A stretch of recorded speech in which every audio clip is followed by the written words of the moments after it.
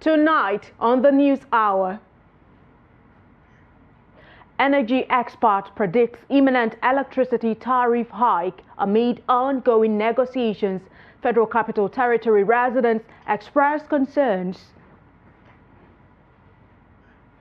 World Cancer Day. Stakeholders urge action to bridge disparities in care. Stray bullet kills trader during cold clash at Bayelsa Market. On the foreign scene, rescue efforts underway as 12 miners remain trapped after Kenya gold mine collapse. Hello and welcome to the News Hour tonight on Trust TV. Over the next hour, we'll bring you up to speed on the details of the latest stories emanating from Nigeria and other parts of the country. I am Aisha Salihu. Thank you so much for joining us. As negotiations on the most feasible percentage of tariff increase for electricity continues, an energy expert, Bode Fadigbe, has predicted that there will be a slight upward adjustment in the cost of electricity sooner or later. Speaking with Trust TV's Noel Sampson, Fadigbe struck a balance between the need for an increase in tariff as well as its implications on Nigerians, while the Federal Capital Territory residents also reacted to the planned increase amid a rising cost of living. The report. Bode Fadigbe, an energy and power sector expert, said despite the back and forth in the electricity subsector, there will be an adjustment in the electricity tariff. Fadigbe, who denied knowledge of when the upward adjustment may take effect, however, gave reasons why the increase is a necessity. He also referenced a school of thought that believes that energy is too important to allow people bear the cost 100%. However, I'm also conversant with the fact that the special assistant to Mr. President on energy matters also come out to deny the fact that they claim that there's going to be tariff increase. So whether there is a denial or not, the question remains that is the sector charging the right amount for electricity? The answer to that question is clear. The answer is no. It is a one-way thing. Is either government is subsidizing or government is not subsidizing. I know that there is a school of thought that says no, energy is too important for you to allow the people to bear the cost 100%. People say that there are about 3 or 4 things that the populace should not carry alone and the government should not carry alone. 1, education. 2, health. 3, security. 4, energy. He also gave reasons on why government cannot carry the burden of electricity alone and appealed to Nigerians to always make judicious use of electricity. Before the data came to what it is currently of about 200 billion naira per month or something, it was going to almost 2 trillion. So, which government is going to? That's the budget of. There is no other state in this country that gets to the trillion naira mark. It's only Lagos, maybe Port Harcourt, Rivers. But I'm very sure of Lagos. Lagos, I think this year is about 3.3 trillion. That's the only state. So 2 trillion will then be the budget for some West African countries. And we are saying government should put in as much as that. What about the other sectors of the economy? So government cannot carry that burden alone. Let's admit that fact. That's one. Number 2 is that we as the people, we must also be conscious of the need to manage the commodity itself. The way people use electricity. For instance, I live in the band A environment. Electricity that I'm not using, I switch it off immediately. Meanwhile, some FCT residents told Trust TV why Nigerians will not be able to afford any electricity tariff increase at the moment. Nigeria cannot afford that now because due to the economic we find ourselves now. You understand? Everybody, we are looking for money to eat. So I don't think it's advisable for the federal government to increase any tariff now. And the economic is very hard now, it's very bad, and people are to cope with the economic now is very difficult. So I don't see why increasing the tariff of the B. Right now, people are really struggling a lot. Even the present tariff, people are not able to meet with the payment, and that's why you see many issues of NEPA people doing boycotting, some going to the shortcut to make sure they have light. Putting up or removing any subsidy as regards what the federal government insinuated won't play a good role in the life of Nigerians, and in fact, generally economically, it will be more on it will be a sabotage to Nigerians. While the back and forth between government, electricity unions, and Nigerians persists, many are hopeful that despite the validity in the proposed tariff hike vis-a-vis the prevailing economic situation, Nigerians who are at the receiving end must be taken into consideration so as not to further stretch an already overstretched populace battling to afford basic needs like food and shelter. No, Samson, Trust TV News, Abuja. Now, the Nigeria Labour Congress has suspended its planned nationwide protest against the recent 50% hike in telecom tariffs approved by the federal government.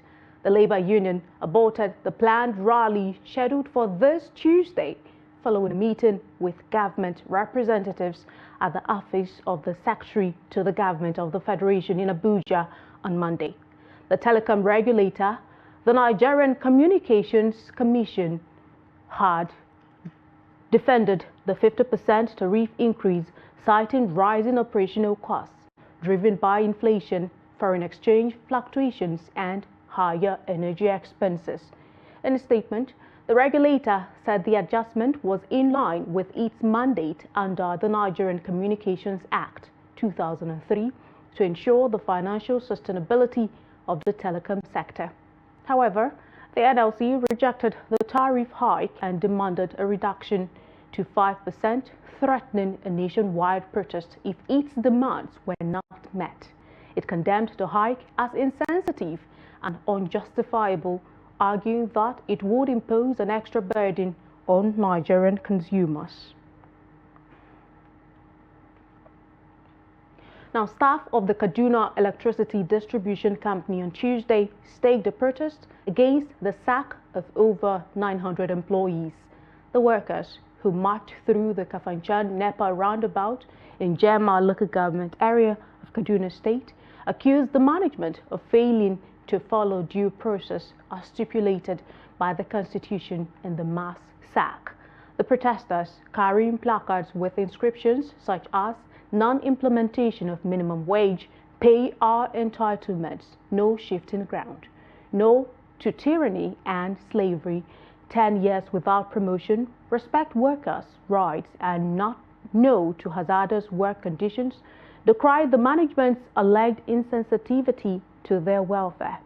Speaking on behalf of the protesting workers shortly after the rally at the gate of Kaduna Electric's Kafanchan branch office, the service manager, Godswill Tanimu Adamu, expressed their collective frustrations. We have a condition of service that has been guiding us, both the company and the staffs. And if you are dismissing or you are terminating an employee, there is what is owed to that employee and to be given to that employee. But that is not what has happened. Rather, a more criminal approach was used. We are tired of 9 years slavery with Kaduna Electric.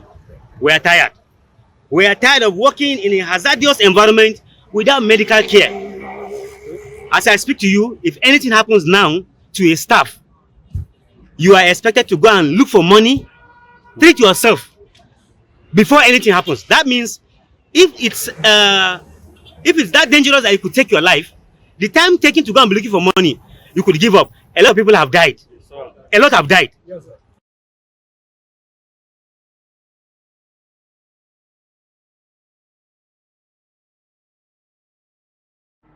Still in Kaduna, the immediate past governor of Kaduna State, Nasir El-Rufai, has thrown a jab at Governor Ubasani, his successor.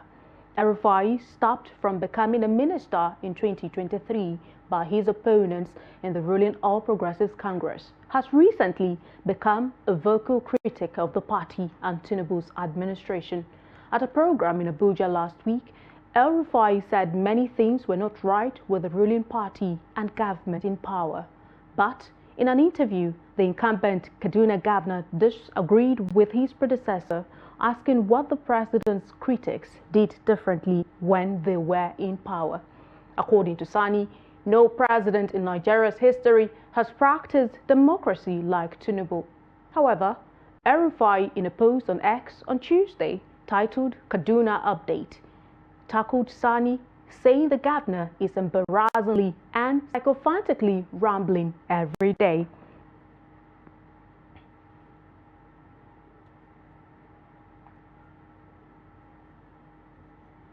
More in politics, the All Progressives Congress in Rivers State has called on Governor Siminalayi Fubara to clearly communicate his administration's programs and policies regarding agriculture, education, transportation, and road infrastructure to the people of Rivers State. The state chairman of the party, Tony Okocha, who made the call at a media briefing in Port Harcourt, expressed concerns over what he described as a decline in governance within the state. He highlighted the alleged poor condition of schools, roads, and the persistent darkness on major streets in Port Harcourt as evidence of the administration's shortcomings. Okocha also accused Governor Fubara of disregarding the rule of law, alleging that the governor celebrates judicial decisions that favor him while criticizing those that do not. He criticized judges in the Rivers State High Court, particularly regarding their handling of cases involving the APC, PDP, and the 27 lawmakers led by Martin Ameole, and urged the judiciary to uphold their responsibilities and act impartially. Government is dead in Rivers State. And I give instances. I say, if you have a government that does not respect law and only respects law when it suits them, then they are inviting anarchy. When you have a state as Rivers State that is known as Garden City, that has turned to Debris City, Garbage City, then there is no government. Rivers State is dark. And I say there is no policy in agriculture, that education is dead.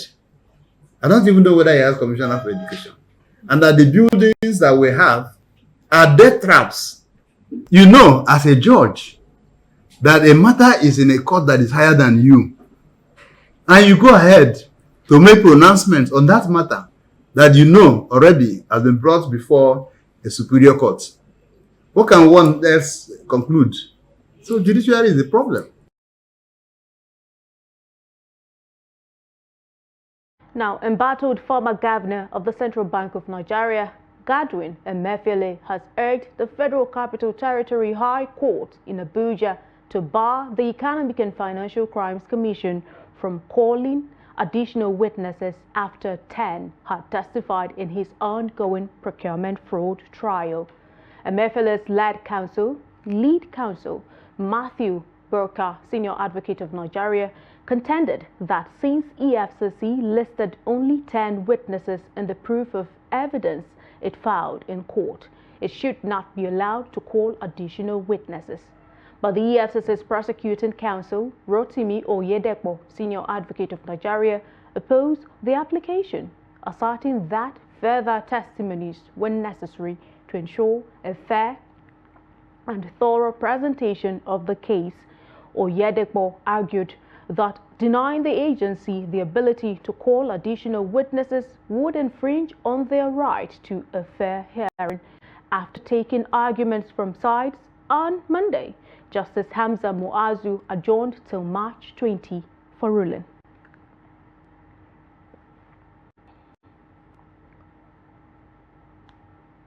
In health matters, stakeholders in cancer care have advocated the need to bridge disparities in cancer care to ensure that everyone, irrespective of location, has access to treatment.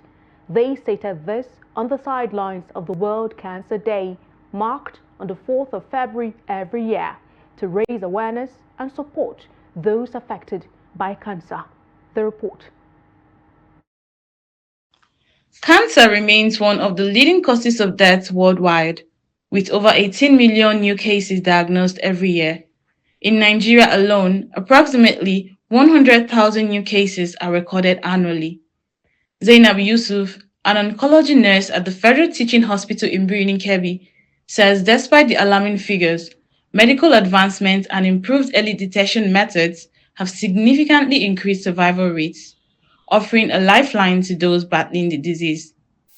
There have been new diagnostic technologies, or what we like imaging diagnostic instruments, machines. They specifically now, instead of general saying that there is a mass, it will tell you where the mass is, how big it is, and the kind of thing. These are the kind of improvement we have. New diagnostic imaging technologies we're having. While stressing the need for government intervention and the financial burden of cancer treatment, Yusuf emphasized that it is essential for the government to step in and provide support to patients. Finances, it's one of the burden that it's hindering patients from coming to hospitals and for treatment. If we can overcome such kind of things, like for the diagnostic equipment or machines, they're very expensive.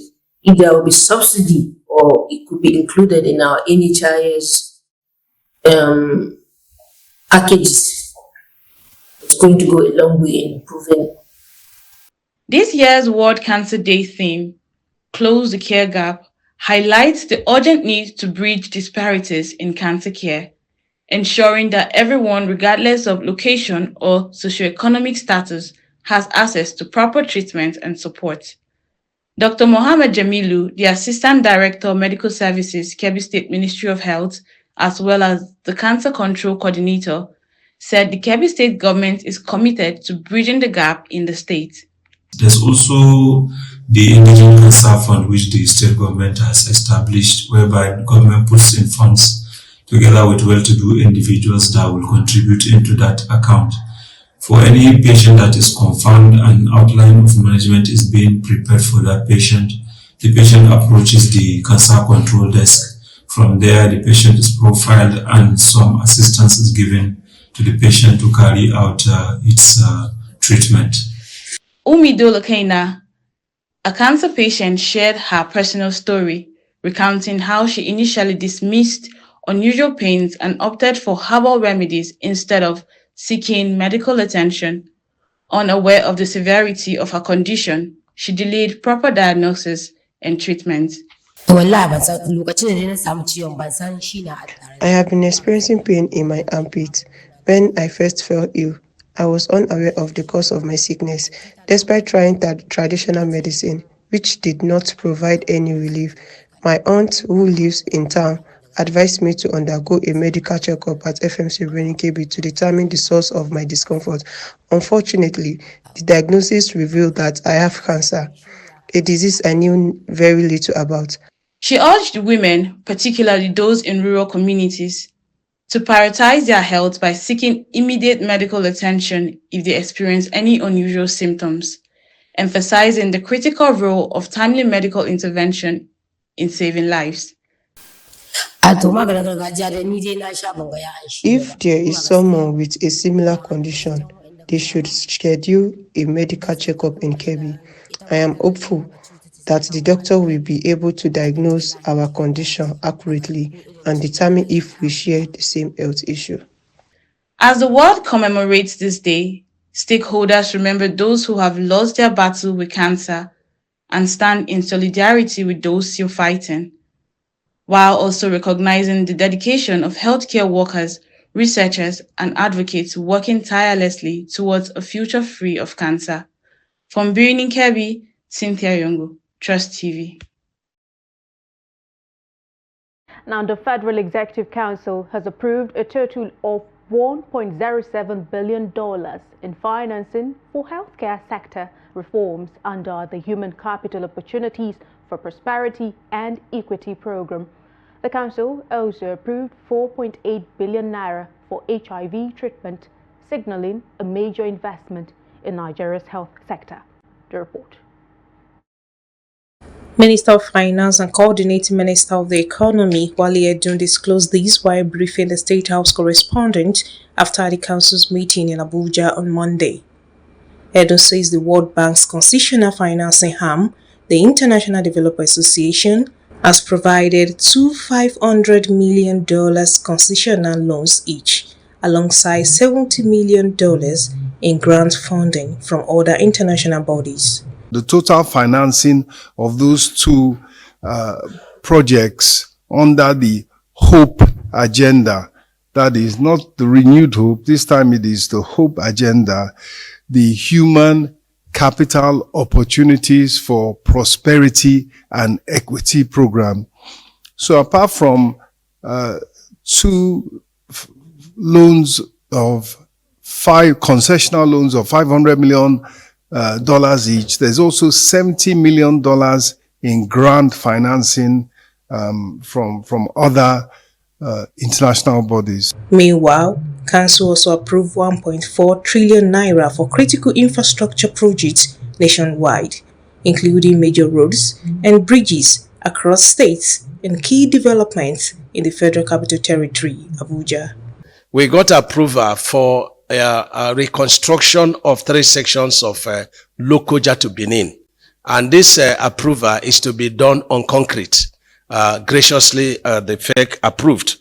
And that is the section 1 that is Obanaja to Benin, which is by CGC 64 billion. There is Obanaja to, section 2, which is Awuchi to Edo section, which is 110 billion. And the last section is Eho to Benin in Edo State, which is 134 billion. So total of all of them is 885 billion. President Bola Tinubu has presided over the swearing-in of newly appointed members of the Revenue Mobilization Allocation and Fiscal Commission, the Federal Character Commission, and the National Population Commission. Tinubu also sworn in 8 former directors in the Federal Civil Service as permanent secretaries. The National Commission for Refugees, Migrants and Internally Displaced Persons reports that over 100,000 Nigerians are living as refugees in neighboring countries like Niger, Chad and Cameroon. Federal Commissioner Aliyu Ahmed revealed that Cameroon alone hosts about 53,000 Nigerian refugees, not including 10,139 repatriated between 2001 and 2003. Niger has around 23,000 refugees and Chad has 15,000. Ahmed also discussed the government's efforts to repatriate Nigerians from these countries and addressed plans for the over 1,000 Nigerians facing deportation from the United States under the Trump administration. Repatriation processes, here we have a conventional way of doing it. First, we have the technical working group. The technical working group is made up of about 15 to 16 MDAs and other agencies as members. This is the group that is responsible for preparing, arranging, organizing, putting in order how to return our Nigerian refugees that are living outside this country. And this technical working group, as at 2024, sat here and this commission met and discussed way and means on how to return our Nigerian people who are living outside this country as refugees.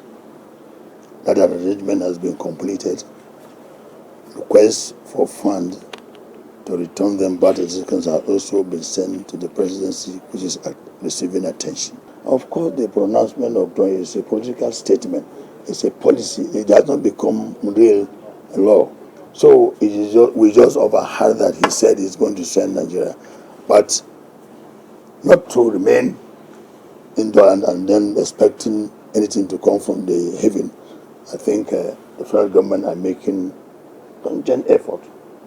Because I have received a letter from the office of the Secretary of State Government on this matter, and I think the commission under the leadership of the Director of Migration are putting our papers together to find out what are the plans, what are the strategies that we are going to adopt.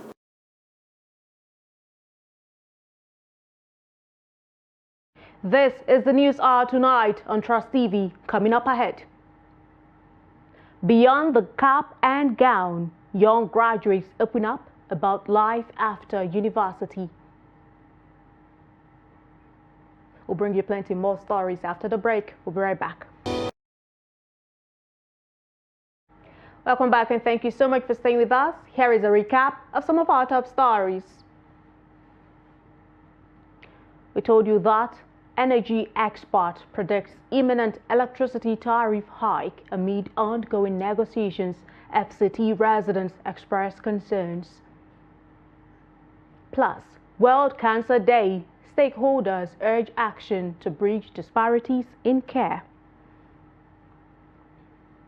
To other stories, leaders from vigilante groups across Kano have been discussing the growing issue of crime in the state and what can be done to nip it in the bud. At a solution-based meeting, security experts stressed the urgent need for enhanced security measures to combat rising crime rates. The discussion also highlighted the role of family guidance in addressing thuggery among youth. Trust TV's Abdulaziz Ibrahim reports. These are the leaders of vigilante groups and neighborhood watch organizations across all 44 local government areas of the state. They have gathered to discuss strategies for combating crime in the metropolis and rural communities along with other pressing issues. Security expert Detective Awal Bala Dirmin Iya emphasizes the urgency of action from these discussions. He says upgrading existing security outfits is critical to effectively tackle the rising crime rates. So if you look at even the phone snatching, kidnapping, armed robbery, thuggery, and other forms of crime are committed inside the city and also outside the city. You understand? There is need to create a security outfit which will overcome those crimes activities happening in Kano State. Definitely, we need this community security because of they are the dwellers, they are the indigenous, they are the ones that they were born and brought up down there. Thuggery has always been a significant issue within the Kano metropolis. However, in recent times, it has become an even more pressing menace. Many believe the root cause of this growing problem is a lack of proper family guidance. Stakeholders say absence of early intervention among delinquent juveniles leads young people down a dangerous path, eventually drawing them into a life of thuggery. This concern has sparked further discussions among the vigilante commanders. Muna bada gudunmawa wajen isar da sako ga iyaye da sauransu, kowa ya tsaya duba ya gani akwai behavior na. We want to send a clear message to parents. They must pay closer attention to their children and the people they associate with. If parents neglect to guide their children, if they don't care about what their children are doing, that is when we will begin to have these problems. Sa ido akan ƴaƴansu. In dai zaka bar ɗanka baka kula da monitoring ɗinsa me yake faruwa me yake yi, to za a ringa samun kurakurai da ɗan sauransu akai. Meanwhile, a bill to establish a new state security outfit is currently at second reading at the State House of Assembly. On concern whether an upgraded security system might eventually be used as a political tool, experts feel community policing has nothing to do with politics. But if you look at the security, there is no issue of any security in any political interest in terms of security. You understand? We are going to train them. The type of training we give them, there is no any political interest. Even the recruitment, we are going to select the best one to give security agencies more information about the talks, to help the security agency in curbing crime in the Kano State, to help all other security agencies like police, DSS, and other forms of security agency we have in Kano State. Clearly, there is a shared understanding that without concerted efforts, starting from better family guidance to improve security infrastructure, Kano's struggle with crime will only intensify. Abdulaziz Ibrahim, Trust TV News, Kano. On a sad note, A stray bullet fired during a clash between the Berbers and Greenlanders cult groups has killed a woman, simply identified as Honora Boma, at Swali Ultra Modern Market in Yenagoa, the Bayelsa State capital. The victim, who was a trader in the market, hailed from Emede community in Isoko South local government area of Delta State. Some traders in the market who witnessed the incident said she was being rushed to a community in southern Ijo local government area where the slug would be removed after she gave up the ghost. They said the incident, which occurred on Monday, called for improved security measures around the slaughter area of Swali Market to avert further loss of lives. As of Tuesday morning, nearly all the shops on the slaughter road axis of the market were shut, allegedly on the orders of some security operatives. However, as the day wore on, traders slowly began to open their shops and display their wares. When contacted, the police spokesman in Bayelsa State, DSP Musa Muhammad, confirmed the incident, saying that 3 suspects had been arrested in connection with the killing.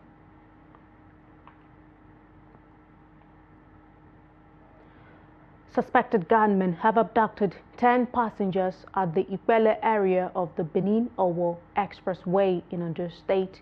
The passengers, it was gathered, were traveling along the road when bandits who had blocked the routes and laid ambush struck their vehicle. The vehicle, belonging to one of the popular transport companies, was said to have been abandoned by the road while the victims were marched into the forest. One of the motorists who escaped the kidnapped incident told journalists on Tuesday in Akure that the abduction took place over the weekend. The police public relations officer in the state, Fumilayo Odunlami Omisonya, who confirmed the incident on Tuesday, said the security agents only recorded 7 kidnapped victims, adding that detectives are currently in the bush combing the axis to rescue the abducted passengers. Away from that, the National Assembly reconvened on Tuesday, focusing on accelerating the passage of key tax reform bills aimed at boosting revenue generation and improving economic stability. Lawmakers are expected to prioritize deliberations on tax amendments that could impact businesses and individuals, addressing concerns over fiscal policies and government funding. The report. With mounting pressure to implement reforms, the legislative agenda of the 10th House will include discussions on tax incentives, corporate tax adjustments, and measures to expand the tax base. Meanwhile, President Bola Tinubu has written to the House of Representatives notifying it of his decision to decline assent to the Federal University of Education Newman Adamawa State Establishment Bill 2024 in accordance with Section 58 of Section 4 of the 1999 Constitution as amended. Reading the letter on the floor of the House, Deputy Speaker Benjamin Kalu stated that the President rejected the bill due to certain provisions, including Section 22, which grants the authority to consent to land disposal to the State Governor instead of the President. He noted that in case of federal universities, such authority should rest with the President as the land belongs to the federal government. I'm declining assent to the bill due to the following reasons. A. Section 22 of the bill accords the authority to consent to the disposal of land to the governor and not the president, as ought to be the case in respect of land belonging to a federal government entity in the case of universities. 2. The word status is spelled as status in items 13 and 15 under arrangement of sections. 3. Prepositions of is omitted between the word award and degree in section 25(4) sub B, and the phrase 1/3 is spelled as 1/3. As is the tradition, the House observed a minute of silence in honor of the late Adeomi Onanuga, who passed away on January 15, 2025. Deputy Speaker announced that a valedictory session will be held in her honor. She served as the Deputy Chief Whip of the House of Representatives. She also served as the Chair of the Committee on Women Affairs and Social Development in the 9th House of Representatives from 2019 to 2023. Her pictures are on the screen.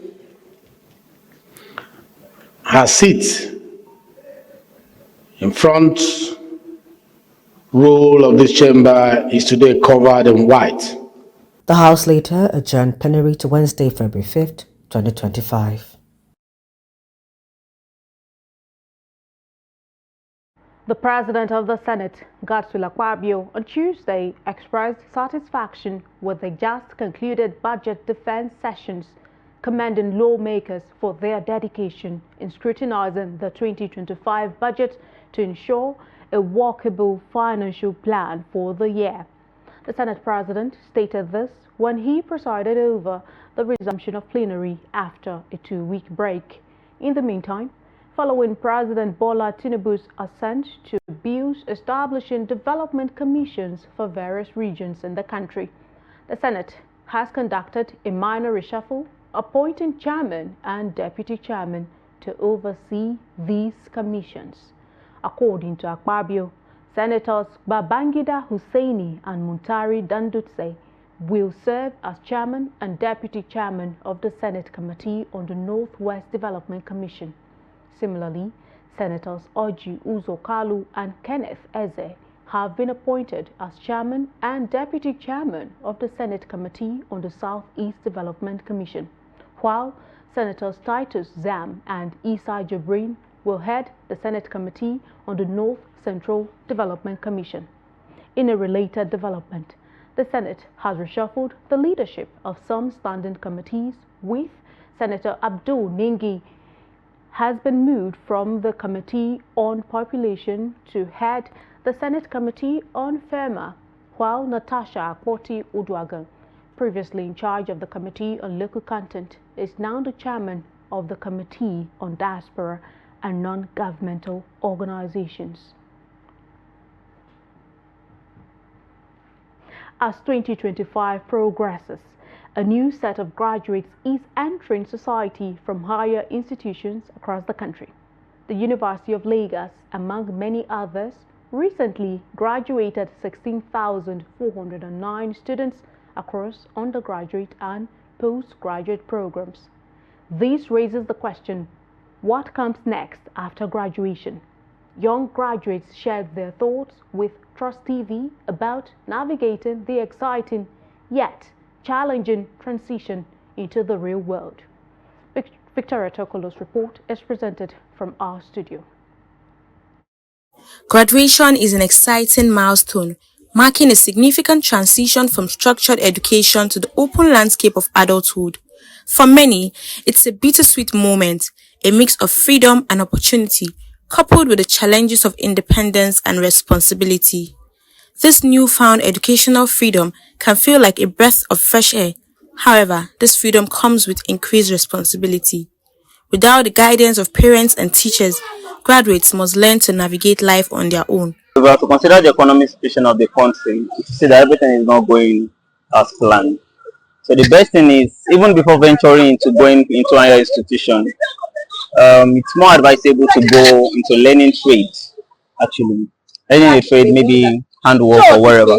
So at least after school, maybe after the university education or wherever, it will be easier to just start up from somewhere. I would suggest to my latest graduates out there who are hoping for a white collar job. Well, I wouldn't say there is no white collar job. There is, depends on your qualification. I know most times qualification differs, like you have to meet up to their criteria.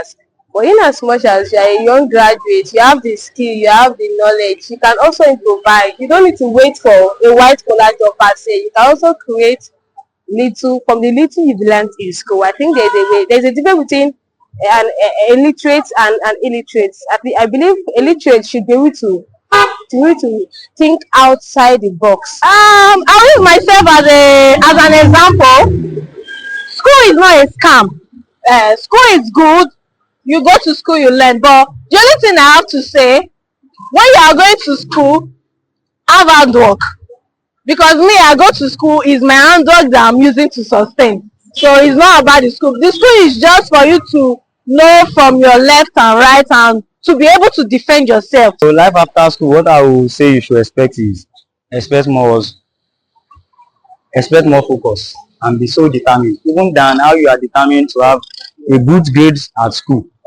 Because even before you finish school, you already have the understanding and idea of how the country is and what you are getting into. So I don't think it's new to everybody or anybody in this country.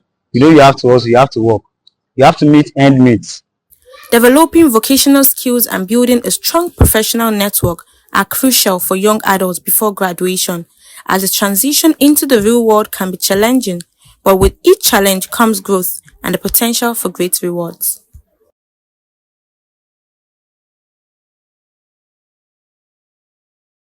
You're still watching the news hour tonight on Trust TV. The news will be back in a moment.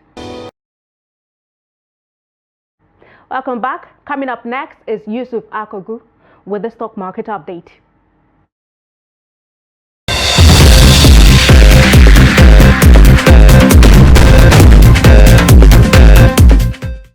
Welcome to Stock Market Update. I am Yusuf Akogu.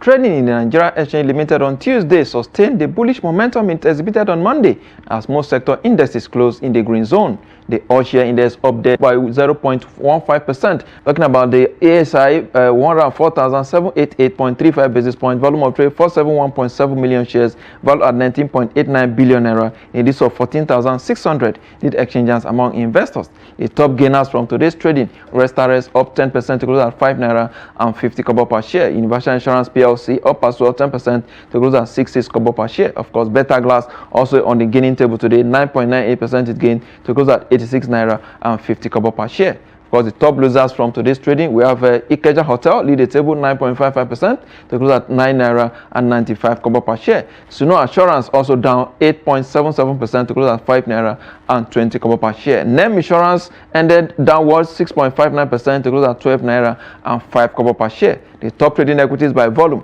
we have FBN talking about First Bank of Nigeria holding 83 million volume of its shares were traded. Zenith Bank Nigerian PLC also traded 29.5 million shares. Of course, Universal Insurance Company PLC traded 24.2 million volume of shares at the end of business today. That's the highlight of Nigeria's stock market. Let's see the global stock market for today.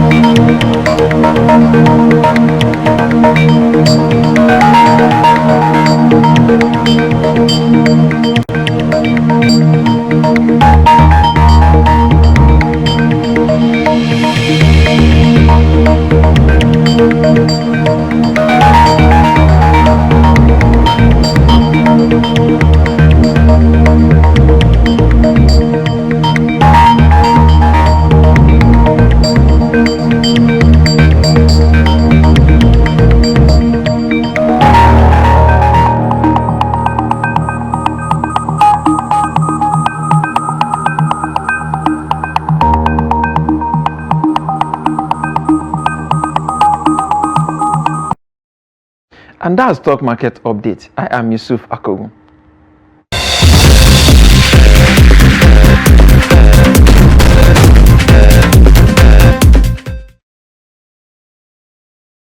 Thank you so much, Yusuf Akogu. And now to developments away from Nigeria. Rescue operations are in progress in western Kenya after a gold mine collapsed, leaving 12 miners trapped underground. The incident occurred late Monday, authorities confirmed on Tuesday. According to Kakamega County Police Commander Daniel Makumbo, approximately 20 miners were working when the mine caved in. He added that 8 individuals have been brought to safety while efforts continue to reach the others.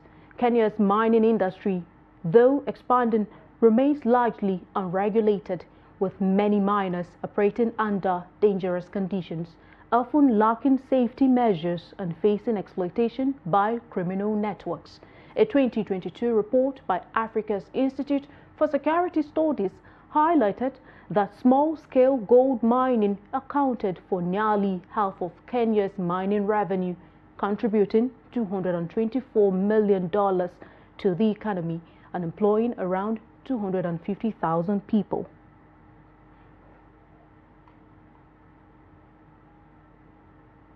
Still on the foreign scene, United States President Donald Trump is set to host Israeli Prime Minister Benjamin Netanyahu for talks on Tuesday at the White House, with Israel's ceasefire with Hamas militants in the Gaza Strip at the top of the agenda. The talks come at a key phase in the ceasefire as Israel and Hamas have less than 4 weeks to agree on the terms of the second phase, which would include the release of all remaining hostages held in Gaza, a permanent halt in fighting, and Israel's withdrawal from the territory. Ahead of the White House visit, Netanyahu on Monday with United States Middle East envoy Steve Witkoff, who was part of the push to secure the ceasefire deal.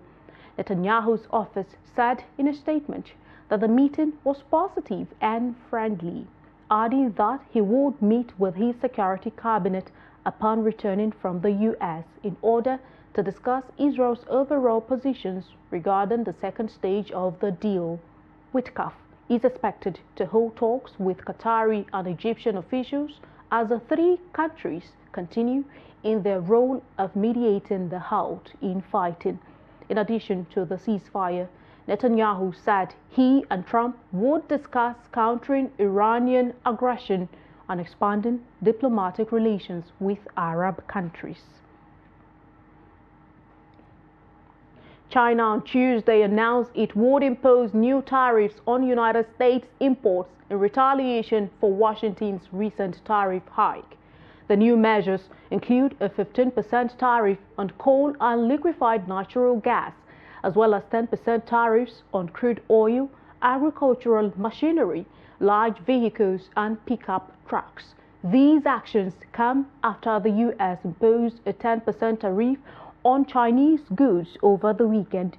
On Saturday, President Donald Trump unveiled a series of tariff increases targeting major trade partners, including China, Canada, and Mexico. The measures add a 10% tariff on top of the existing duties. Trump framed the tariffs as a way to punish countries he says have failed to stem the flow of illegal migrants and drugs into the United States. It's time now to join our Deni Ajishafe for the latest in sports.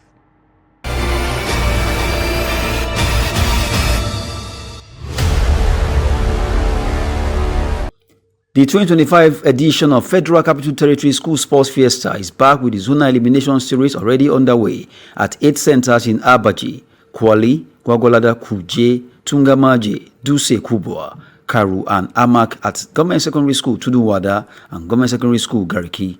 The Sports Fiesta came back to life in 2024 after 28 years in oblivion by the current FCT administration.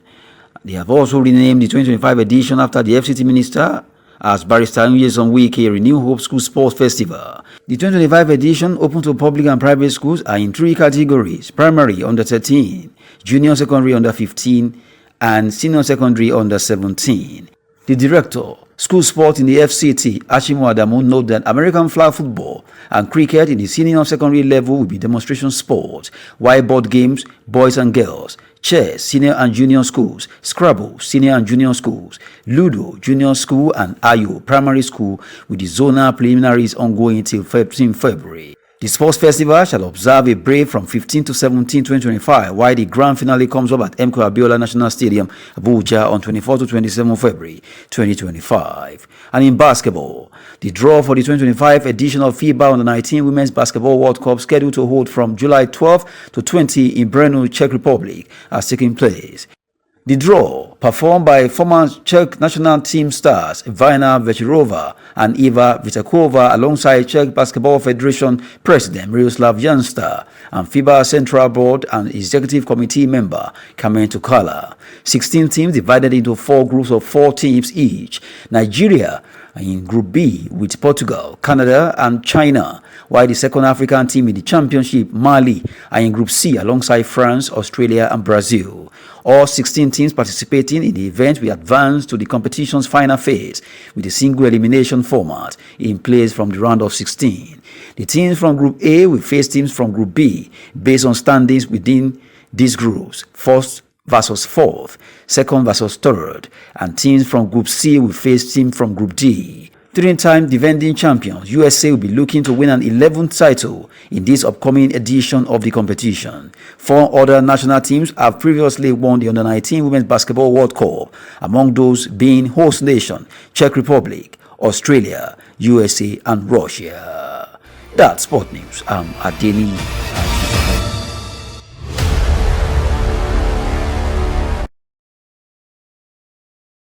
Very well then, that wraps up the news hour tonight on Trust TV. Do not forget, you can always follow us across all of our social media platforms and also join our YouTube live stream for more news, programs and documentary. I am Aisha Saliu. Thank you so much for watching. Have a good night.